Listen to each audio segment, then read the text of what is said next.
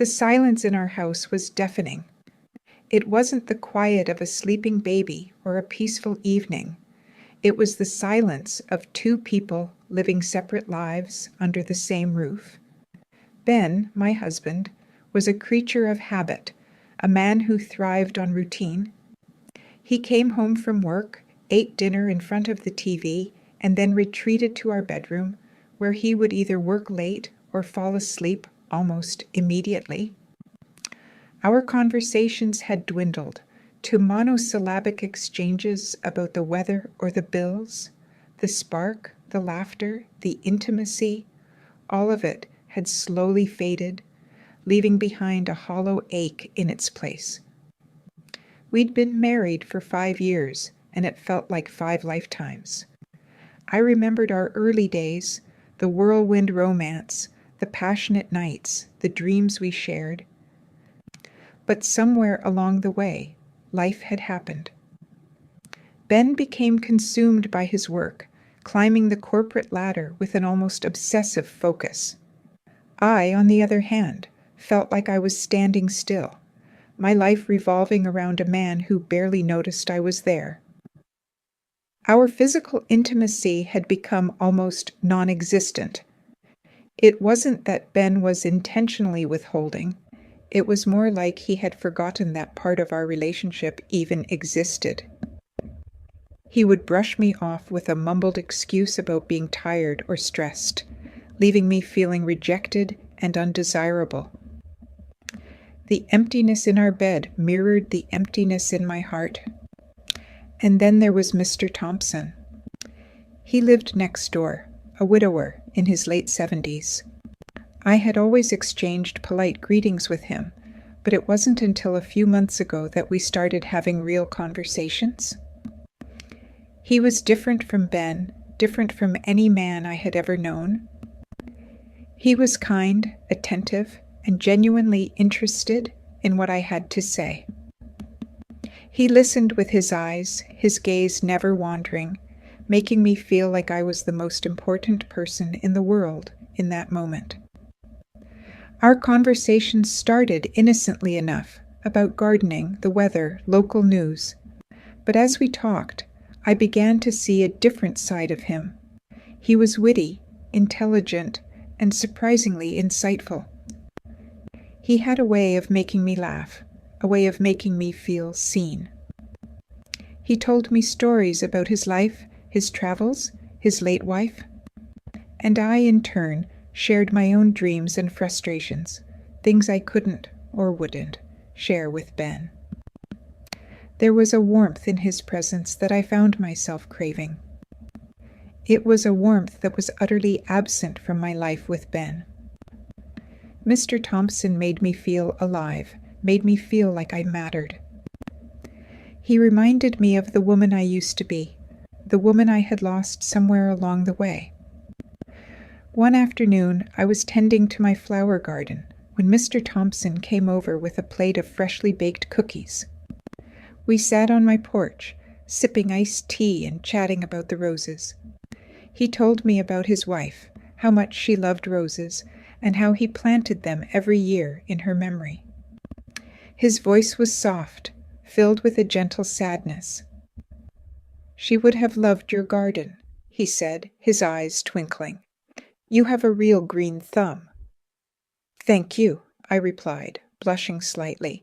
"I learned from my grandmother. She always said that gardening was good for the soul." "Your grandmother was a wise woman," he said, smiling. He reached out and gently touched a rose petal. "Beautiful," he murmured. His touch sent a jolt of electricity through me. It was a simple gesture, but it felt charged with meaning. I looked at him, really looked at him, for the first time. His eyes were kind, his face etched with the lines of a life well lived. And in that moment, I felt something I hadn't felt in a long time. A spark of attraction, a flicker of desire. It was unexpected, inappropriate, and utterly undeniable. I quickly pulled my hand away, embarrassed by the intensity of my reaction. I should probably get back to my weeding, I said, my voice trembling slightly. Of course, he replied, his eyes searching mine. But don't work too hard. Remember to take time to enjoy the beauty you create. He smiled at me, a warm, knowing smile, and then turned and walked back to his house. I watched him go, my heart pounding in my chest. I knew with a certainty that chilled me to the bone that my life was about to change. Mr. Thompson, my elderly neighbor, had shown me what I was missing.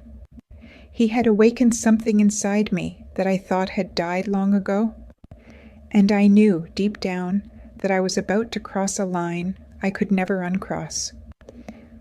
The days following our encounter on the porch were a blur.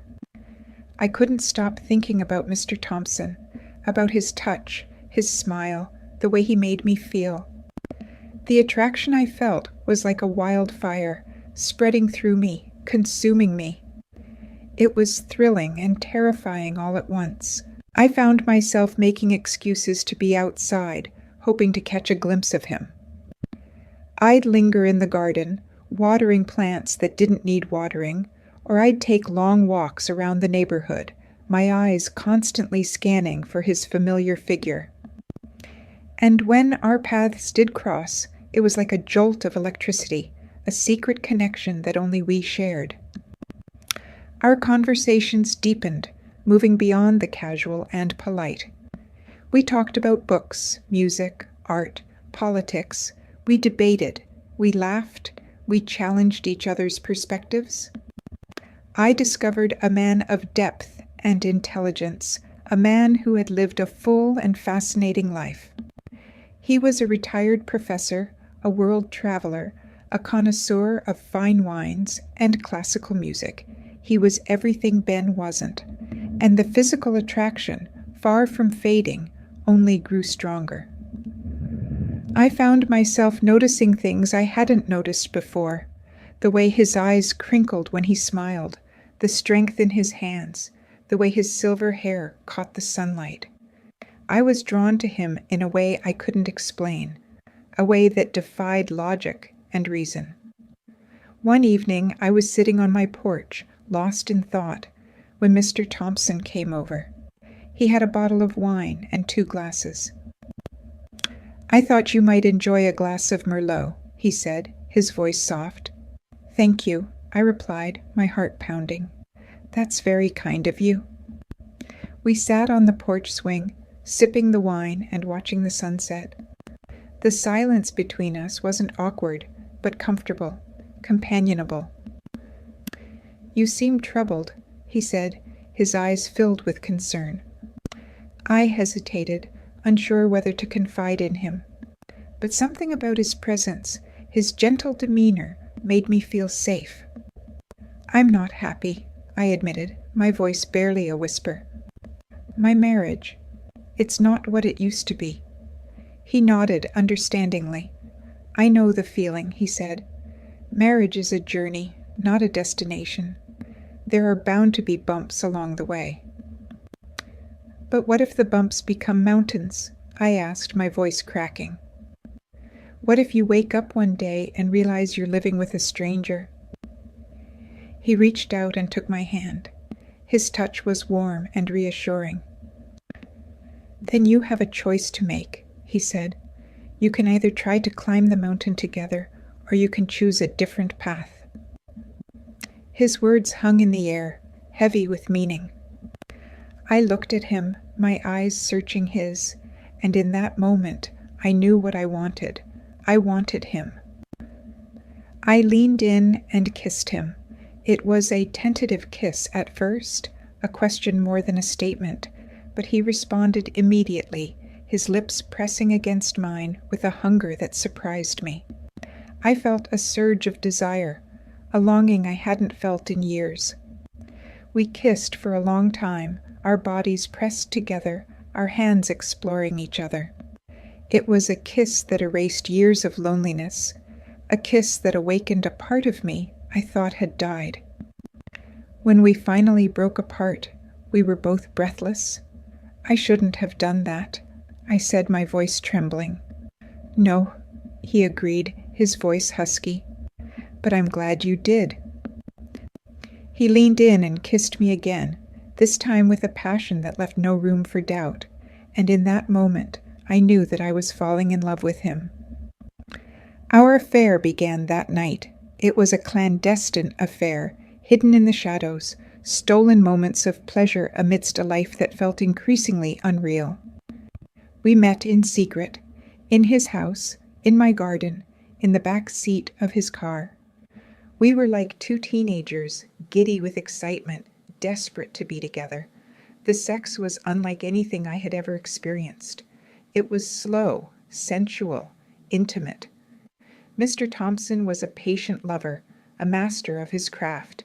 He took his time, exploring my body, learning my every curve and contour. He made me feel beautiful, desirable, cherished. He satisfied me in ways Ben never could. But it wasn't just about the physical pleasure. It was about the emotional connection, the intellectual stimulation, the shared laughter and whispered secrets. Mr. Thompson saw me, truly saw me, in a way that no one else ever had. He understood my fears, my dreams, my deepest desires. He was my confidant, my lover, my best friend. I was living a double life, a dangerous game of deception. I lied to Ben. I lied to my friends. I lied to myself. I felt guilty, ashamed, but I couldn't stop. The affair had become an addiction, a craving I couldn't resist. One afternoon, I was at Mr. Thompson's house when the phone rang. It was Ben. "Sarah, where are you?" he asked, his voice tight. "I'm at the grocery store," I lied, my heart pounding. "I'll be home soon." "Okay," he said. "I just wanted to let you know that I'm going out of town for a few days. I have a conference in Chicago." "Oh," I said, trying to sound surprised. "Well, have a safe trip." "I will," he said. "I love you." "I love you too," I replied, my voice flat. I hung up the phone, feeling a wave of nausea wash over me. I had lied to my husband, and I had betrayed his trust. But even worse, I realized that I didn't feel guilty about it. I was actually relieved that he was going away. It meant that I could spend more time with Mr. Thompson without having to worry about getting caught.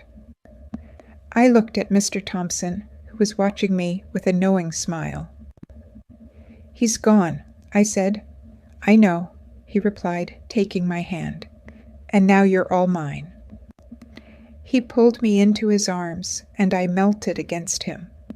I knew that what I was doing was wrong, but in that moment, nothing else mattered. I was with the man I loved, the man who made me feel alive, and I was willing to risk everything for him. Ben's absence became a recurring theme. His work consumed him, sending him on business trips with increasing frequency. Each departure was a gift, a chance to lose myself in the intoxicating world of my affair with Mr. Thompson. The guilt I had initially felt began to dull, replaced by a strange sense of normalcy. This double life, this forbidden love, became my reality. Our days were filled with stolen moments.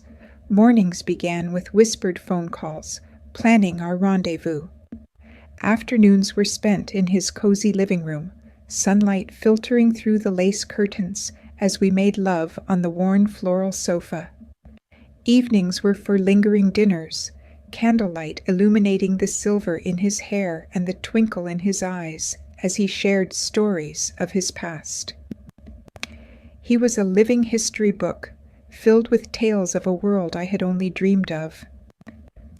Mr. Thompson's house became my sanctuary, a place where I could shed the pretense of my life with Ben. There were no expectations here, no pressure to be the perfect wife, the dutiful homemaker. I could simply be Sarah, a woman desired and cherished for who she was. But the secrecy took its toll. The constant lies, the elaborate alibis, the fear of discovery. It was exhausting. I found myself withdrawing from my friends, avoiding social gatherings where I might slip up, where a casual question might unravel the carefully constructed facade of my life. The distance between Ben and me grew wider with each passing day. Our conversations were strained, filled with forced pleasantries and veiled resentments. I felt a pang of guilt whenever he touched me, his hand on my shoulder feeling foreign and unwelcome. The intimacy we once shared was now a distant memory, replaced by a hollow performance. One evening, Ben came home early. I was in the kitchen preparing dinner when I heard the front door open. My heart leaped into my throat. I had been with Mr. Thompson that afternoon, and the scent of his cologne still lingered on my skin. "Sarah," Ben called out. "I'm in here," I replied, my voice trembling. He walked into the kitchen, his eyes scanning my face. "You seem flustered," he said. "Is everything okay?" "Yes, everything's fine," I lied, forcing a smile. "Just a little tired." He nodded, but his eyes remained suspicious. "You've been distant lately," he said. "Is something bothering you?" I averted my gaze, unable to meet his eyes. "No, nothing's bothering me," I said. "I've just been busy." He sighed, a sound heavy with resignation. "We need to talk," he said. "I know," I replied, my voice barely a whisper. We sat down at the kitchen table, the silence between us thick with unspoken words. I knew that this conversation was long overdue, that the cracks in our marriage were widening into a chasm. But I wasn't ready to face the truth, to admit the extent of my betrayal. "I feel like we're drifting apart," Ben said, his voice filled with sadness. "We hardly talk anymore. We barely touch. I miss you, Sarah." His words pierced my heart, a painful reminder of the man I had hurt, the life I had thrown away. I wanted to tell him everything, to confess my sins and beg for his forgiveness. But the words wouldn't come. I was trapped in a web of my own making, unable to escape the consequences of my choices. "I miss you too," I whispered, my voice choked with emotion. He reached across the table and took my hand. His touch was gentle, familiar, and it sent a wave of guilt washing over me. I pulled my hand away, unable to bear the weight of his love. "I need some time," I said, my voice trembling. "I need to figure things out." He looked at me, his eyes filled with hurt and confusion. "What does that mean?" he asked. "I don't know," I replied, tears welling up in my eyes. "I just need some space." He stood up, his chair scraping against the floor. "Okay," he said, his voice hollow. "I'll give you space. But please, Sarah, don't give up on us." He turned and walked out of the kitchen, leaving me alone with my guilt and my shame. I knew that I had hurt him deeply, that I had broken his trust, and I knew, with a sinking feeling in my stomach, that I might have lost him forever. The following days were a torment. I was torn between my love for Mr. Thompson and the remnants of my love for Ben. I knew that I couldn't continue this charade, that I couldn't keep living a lie. But the thought of losing Mr. Thompson was unbearable. He had become my lifeline, my reason for living. One afternoon, I went to see Mr. Thompson.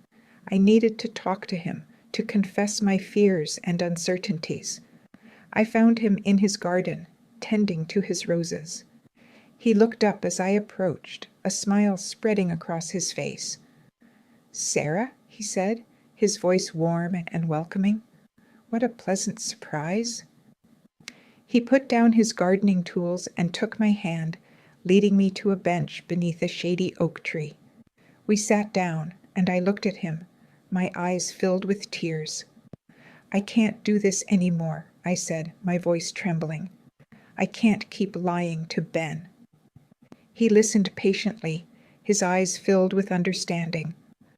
"I know it's difficult," he said, "but you don't have to make any decisions right now. Just take your time and figure out what you want." "But what if I lose him?" I asked, my voice choked with emotion. "What if he leaves me?" He took my face in his hands, his thumbs gently wiping away my tears. "Then you'll face it together," he said, "but you won't be alone. I'll be here for you, no matter what." His words were a balm to my soul, a promise of unwavering support. I leaned into his touch, seeking comfort in his presence. He held me close, his warmth enveloping me, and I felt a sense of peace I hadn't felt in a long time. But the peace was short-lived. As I looked into his eyes, I saw a flicker of something that chilled me to the bone. It was a look of satisfaction, of triumph. And in that moment, I realized that I had been played. Mr. Thompson, the kind, gentle widower, had seduced me, a young, vulnerable wife. He had taken advantage of my loneliness, my desperation. He had used me to fill the void in his own life, to relive his youth. The realization hit me like a punch to the gut. I felt sick, betrayed, violated. I pushed him away, my eyes filled with anger and disgust. "You used me," I said, my voice shaking with rage. "You knew I was vulnerable, and you took advantage of me." He looked at me, his eyes filled with a cold, calculating gleam. "Don't be ridiculous," he said. "You're a grown woman. You made your own choices." "I was lonely," I cried. "I was unhappy. You knew that." "And I gave you what you needed," he replied, his voice devoid of emotion. "I gave you pleasure. I gave you companionship. I gave you love." "Love?" I scoffed. "You don't know the meaning of the word." I stood up, my body trembling with fury. "I'm leaving," I said, "and I never want to see you again." I turned and walked away, my heart breaking with every step. I had lost everything: my husband, my self-respect, my innocence, and I had no one to blame but myself. Leaving Mr. Thompson's house that day felt like escaping a burning building. I was raw, exposed, the illusion of my perfect little life shattered into a million pieces. The walk home was a blur of shame and fury. Shame at my own naivete, my willingness to be used. Fury at Mr. Thompson, at his calculated manipulation, his cruel disregard for my feelings. When I reached our house, I found Ben sitting on the porch, his head in his hands. He looked up as I approached, his eyes red-rimmed and filled with a pain that mirrored my own. "Sarah," he said, his voice hoarse, "where were you?" "I've been calling you all afternoon." I collapsed onto the steps beside him, the weight of my deception crushing me. "I'm so sorry, Ben," I sobbed, the words tumbling out of me. "I've been so stupid." He pulled me into his arms, his embrace surprisingly strong. "It's okay," he murmured, his voice thick with emotion. "Just tell me what's going on." And so I did. I confessed everything: the loneliness, the affair, the lies, the betrayal. I spared no detail, no matter how painful or humiliating. I owed him the truth, no matter the cost. He listened in silence, his face a mask of pain and disbelief. When I finished, he sat back, his eyes searching mine. "Why, Sarah," he asked, his voice barely a whisper, "why did you do this to us?" "I don't know," I cried, tears streaming down my face. "I was lonely. I was unhappy. I thought I was missing something." "And did you find it?" he asked, his voice laced with bitterness. I shook my head, unable to meet his gaze. "No," I whispered. "All I found was more pain." He was silent for a long moment, his expression unreadable. Then he stood up, his movements stiff and deliberate. "I need some time to think," he said, his voice flat. I need to decide what I want to do. He walked into the house, leaving me alone on the porch, the weight of my actions pressing down on me. I knew that I had destroyed his trust, that I had shattered the foundation of our marriage, and I knew with a sickening certainty that I might have lost him forever. The following days were agonizing. Ben barely spoke to me, his silence a constant reminder of my betrayal. He moved into the guest room, creating a physical distance that mirrored the emotional chasm between us. I tried to reach out to him, to apologize, to explain, but he rebuffed my every attempt. I was lost, adrift in a sea of guilt and regret. I couldn't eat, I couldn't sleep, I couldn't function. The world around me seemed to fade into a gray, lifeless blur. I had ruined my life, and I didn't know how to fix it.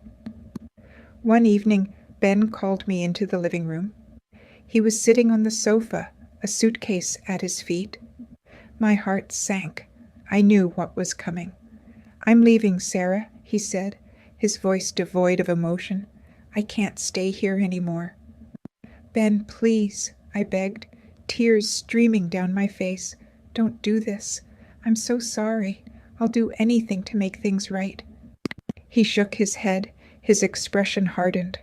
"It's too late, Sarah," he said. "You broke my trust. You broke my heart. I can't forgive you." He picked up his suitcase and walked out the door, leaving me standing there, alone and heartbroken. I watched him go, my world crumbling around me. I had lost everything, my husband, my home, my happiness, and I had no one to blame but myself. The weeks that followed were a blur of despair. I moved out of the house, finding a small apartment on the other side of town. I quit my job, unable to face the pitying glances of my colleagues. I cut off contact with my friends, ashamed of my actions. I was alone, adrift in a world that no longer held any meaning. I tried to reach out to Mr. Thompson, hoping for some comfort, some solace, but he refused to see me. He had gotten what he wanted, a brief fling with a younger woman, a temporary escape from his loneliness. He had no further use for me. I was left to pick up the pieces of my shattered life. It was a long and difficult process, filled with pain, regret, and self-recrimination. But slowly, gradually, I began to heal. I started therapy. I joined a support group. I reconnected with old friends. I learned to forgive myself, to accept my mistakes, to move on. It took years, but I eventually rebuilt my life. I found a new job. I made new friends. I even started dating again. But the scars of my affair remained, a constant reminder of the price of my choices. I never saw Ben again. I heard through mutual friends that he had moved to another state, started a new life. I wished him well, but I knew that I could never undo the pain I had caused him. As for Mr. Thompson, I never spoke to him again.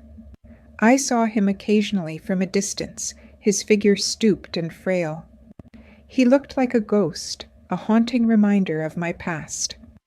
I learned a valuable lesson from my experience.